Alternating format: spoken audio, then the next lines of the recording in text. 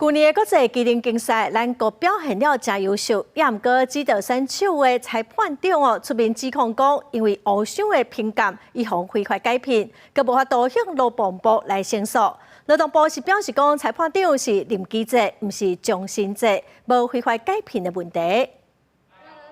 去年的国际机灵竞赛，咱国的选手摕到好成绩，总统嘛捌亲身接见，会当有遮尔好的表现，背后有裁判长甲因指导甲协助。不过，主管机关劳动发展署今嘛防控所讲，因非法甲7个裁判长改评。我从副裁判长出国之后到现在，我每一次都在优胜。我们觉得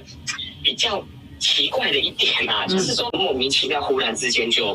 不见了这样子。收到改评的通知，心内是惊一跳。有裁判长控诉讲，若照相关的规定，敢若伫咧连续2届无得名，搁去参加搁无得顶，或者是比赛做手等等的情形，才会去互改评。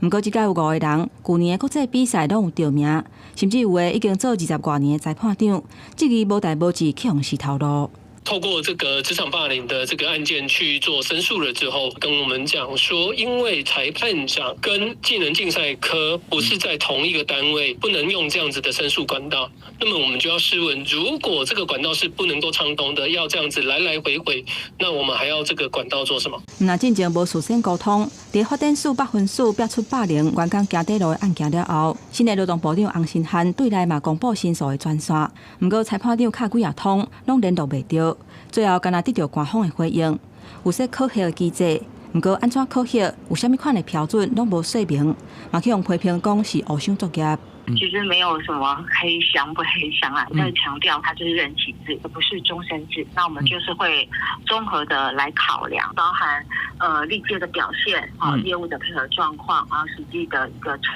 效。去互洗头路的裁判长评判的项目，包括做头毛的、做电路的，也有分段运算等等。发展署回应讲，裁判长是任期制，并不是终身制。因为任期满经过综合评估了后，决定无要继续甲请，并无非法甲伊洗头路的问题。嘛尊重部分的裁判长依法申请行政救济。公司新闻台北报道。